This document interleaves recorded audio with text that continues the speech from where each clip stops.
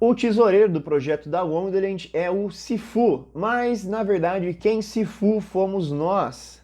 No finalzinho de janeiro saiu uma bomba falando quem que era realmente a pessoa por trás do pseudônimo de Sifu. E esse cara era o Michael Patrin, que estava envolvido num monte de crime. A gente tem uma pessoa com um passado bem suspeito gerenciando um tesouro que estava na casa do US 1 bilhão.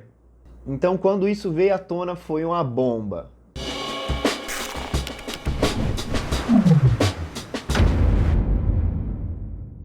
No dia 27 de janeiro aqui, esse usuário, o ZXBT, esse cara aqui descobriu que o Sifu, na verdade, ele é o cofundador da Quadriga, que é uma corretora canadense que acabou sumindo com 169 milhões de dólares de fundos dos seus investidores. E essas suspeitas foram confirmadas depois que esse usuário foi conversar com o próprio Daniele Sestagalli, que é o fundador do projeto, né? Um dos fundadores. O Sifu era um cofundador do projeto. Então o Daniele confirmou isso realmente. Mas quem que é esse cara? Bom, é o seguinte, vou começar aqui pelo próprio tweet do cara e depois vou passar para uma notícia da Bloomberg aqui que fala realmente que esse cara tem um passado meio traiçoeiro.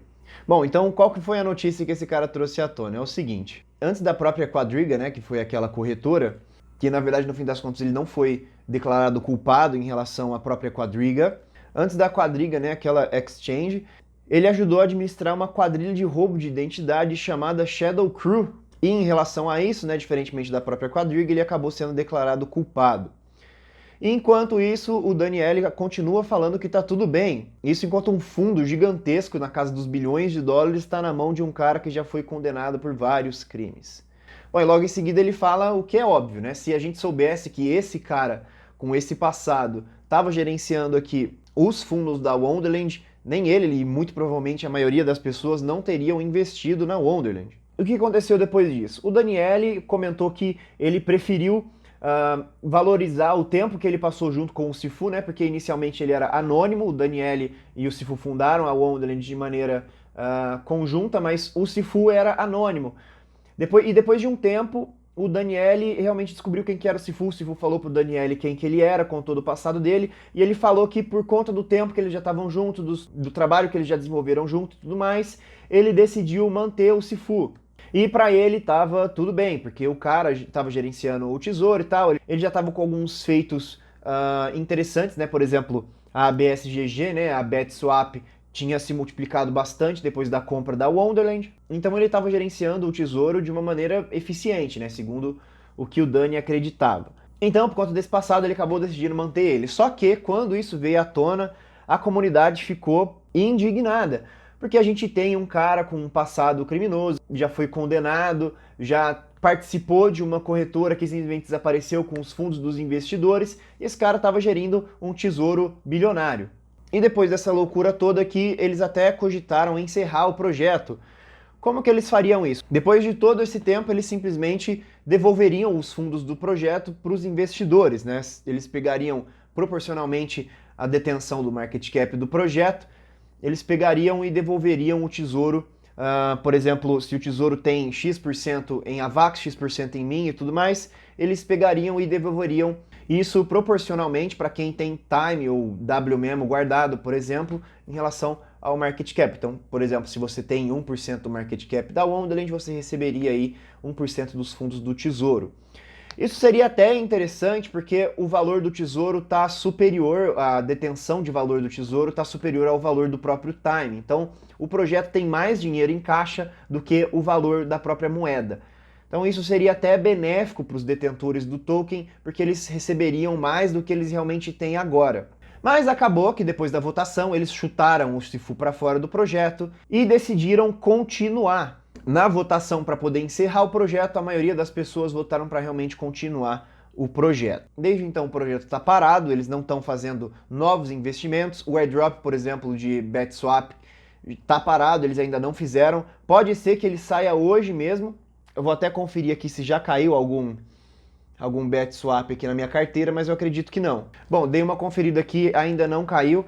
O Daniele postou no Twitter que poderia sair o airdrop hoje, mas enfim, o projeto ele tá parado, tá estacionado, não tá tendo novidade nenhuma, até que eles resolvam esse problema. Tanto é que o último tweet aqui da Wonderland é do dia 28 de janeiro, hoje já é dia 11 de fevereiro. Eles até comentaram aqui, ó, eu grifei em algum lugar aqui, que isso provavelmente seria a melhor solução. Aqui é o seguinte, ó. Isso dependerá do resultado da votação, mas já estamos preparando uma inteligência artificial de reivindicação, pois acreditamos que essa é a melhor solução.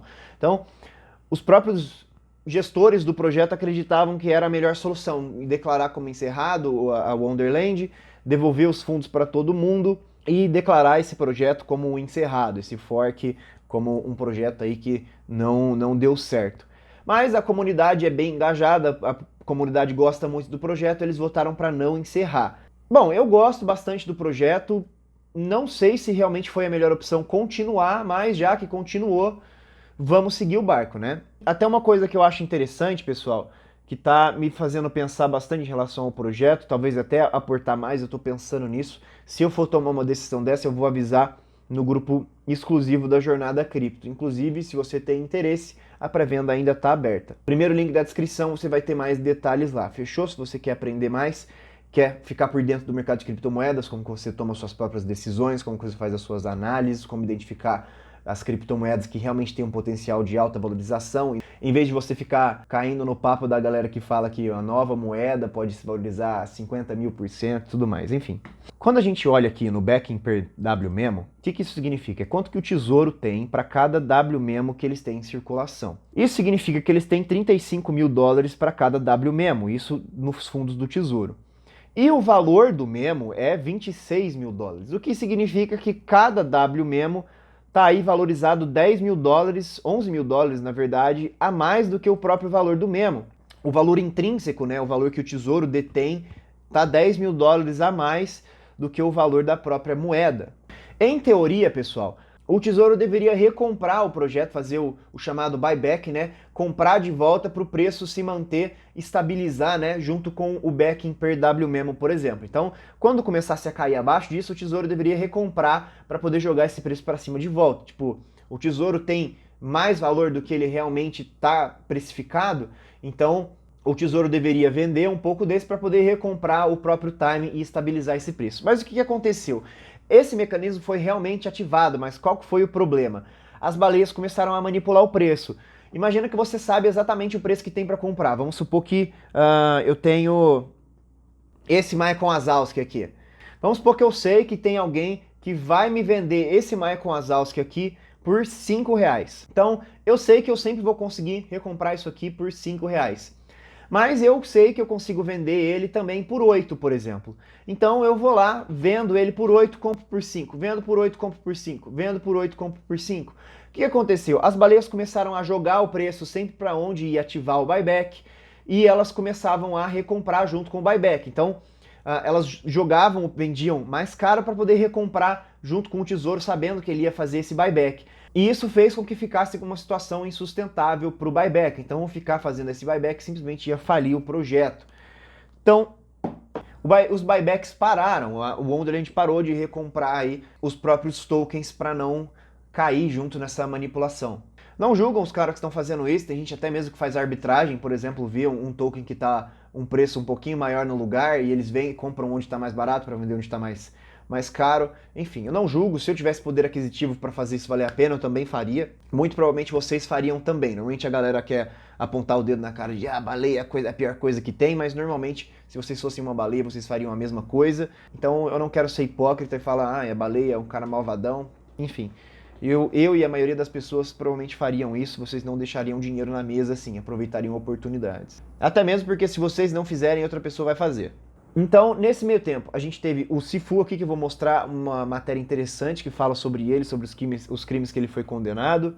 A gente teve aí que o buyback falhou e a gente também teve uma liquidação em massa. Se a gente olhar aqui, ó, no preço do WMemo, pessoal, a gente teve até mesmo os fundadores, o Sifu e o Daniele, eles foram liquidados. Então, a gente teve aí uma liquidação em cascata. Tanto é que a gente pega aqui, teve uma queda de pico a pico aí de 60%, uma liquidação em massa, foi liquidado os fundadores do projeto. Acabou que eles incentivavam a alavancagem e quando o projeto começou a cair de valor, foi uma galera liquidada em massa. Então, a comunidade já estava frustrada justamente por causa dessa liquidação. Inclusive, eles começaram a acusar, falando que foi uma liquidação proposital aí pelos fundadores, o que não faz o mínimo sentido, que você ser liquidado te dá um prejuízo bem forte. Mas a galera já estava frustrada com isso, começaram a investigar o Shifu, por exemplo, e descobriram a real identidade dele. Então a gente já tinha esse evento de liquidação em cascata, descobriram quem que era o Shifu, então acabou virando uma bola de neve, né? A gente teve esse evento de liquidação em cascata, que a galera já estava frustrada, e ainda descobriram que o Shifu era um cara condenado, né? Que já foi condenado. Então a gente teve uma galera em massa saindo do projeto, a gente teve muito FUD, né? Que a galera criticando o projeto.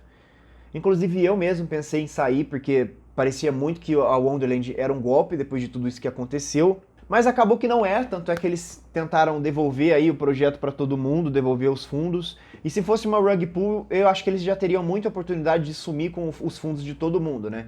Uma rug pull é quando eles realmente sugam toda a liquidez do projeto, roubam todos os fundos do projeto e desaparecem com esse dinheiro, mas eles tiveram muitas oportunidades de fazer isso e não fizeram até agora, o que me faz crer que não seja realmente uma rug pull a Wonderland. E nesse preço que a gente está tendo agora aqui, é interessante dar uma olhada aqui e pensar a respeito do projeto, porque a gente está numa região aqui que o preço está se segurando bastante, a gente já está com o token muito desvalorizado e a gente está com o preço aqui abaixo do valor que o Tesouro detém, né? A gente tem esse valor intrínseco, essa barreira psicológica, e a gente já está com o preço bem abaixo disso. Então pode ser que, quando todo esse desespero acabar, a gente volte para um valor igual ou talvez superior ao que o Tesouro tem aqui de valor. Tanto é que a gente vê as empresas de tecnologia, normalmente elas ficam sempre com um valor bem acima do que elas seriam precificadas se fosse simplesmente pelo lucro, por exemplo. Você tem as empresas de tecnologia da Bolsa, por exemplo, normalmente elas são precificadas bem acima do que o lucro delas, por si só, precificaria elas. Então, quem que é o Shifu? Bom, ele é o CFO, né, o Chief Financial Officer, né, que seria o cara que cuidaria das finanças, basicamente o tesoureiro do projeto. E é o seguinte, pessoal, como eu comentei com vocês, ele é conhecido como Michael Patrin, e ele foi cofundador da exchange canadense, a tal da Quadriga. Ele também foi conhecido anteriormente por Omar Danani, acho que é assim que se pronuncia, não tenho certeza. Isso antes de mudar legalmente o seu nome em 2 ocasiões.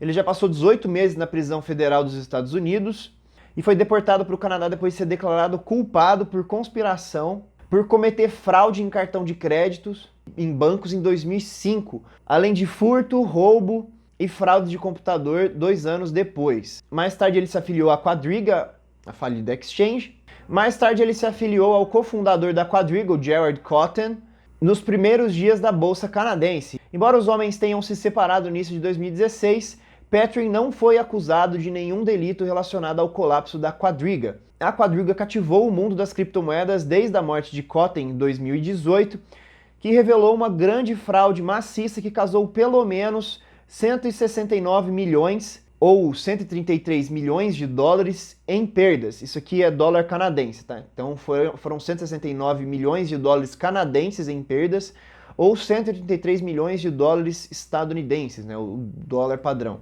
Então, por mais que ele não tenha sido declarado culpado, a comunidade achou muito esquisito ele já ser um cara condenado e que também estava envolvido com a Quadriga. A comunidade achou chocante que o Daniel Sestagale soubesse sobre a identidade do Shifu sem mudar de rumo. Dani estava ciente que a pessoa encarregada do tesouro era um criminoso financeiro condenado que passou um tempo na prisão. A revelação da identidade de Patrin ocorreu depois de dias de especulação de comerciantes e fãs de criptomoedas no Reddit. Uma caçada coincidiu com liquidações em massa do Token Time da Wonderland. Sestagale, que não respondeu a um pedido de comentário, inicialmente optou por defender a sua escolha de trabalhar com o Patrin antes de ceder aos pedidos da sua remoção nos País das Maravilhas horas depois. País das Maravilhas é a Wonderland, tá, pessoal? E aqui abaixo tem um comentário interessante, pessoal. Provavelmente é um golpe negativo para o anonimato do DeFi. Se a natureza anônima do DeFi significa que uma pessoa como Michael Patrin pode ser responsável por um tesouro grande de DeFi, isso é um grande problema. Bom, a gente tinha um cara anônimo, né, que já foi condenado, gerindo um tesouro aí na casa dos bilhões de dólares. Então isso é certamente um baque para o anonimato do DeFi, né? Porque correria o risco desse cara simplesmente desaparecer com todos esses fundos. Paralelo a isso, eu já vi pessoas defendendo realmente o Sifu, dizendo que ele foi... que ele teria várias oportunidades de sumir com o tesouro, que os trades dele on-chain realmente poderiam ser acompanhados na blockchain, né? A blockchain é pública, vocês conseguem analisar tudo que tem lá, e realmente a valorização de patrimônio dele, que o patrimônio dele cresceu muito nos últimos tempos, eram realmente legítimas, porque dava para ver tudo na blockchain, e além disso, muita gente acusa o crescimento patrimonial dele na carteira, falando que ele roubou o projeto, mas a Wonderland dá 10% dos fundos dela, o que é pouco relacionado a muitos projetos, para os fundadores e para os desenvolvedores. E ele é um cofundador e também um gestor, né? Então ele teria direito realmente a 10% dos fundos da Wonderland. Então a gente está numa situação bem complicada aqui, a gente tem gente que realmente defende ele, mas como ele já foi tirado, e eu acho que pelo passado dele, eu acho complicado.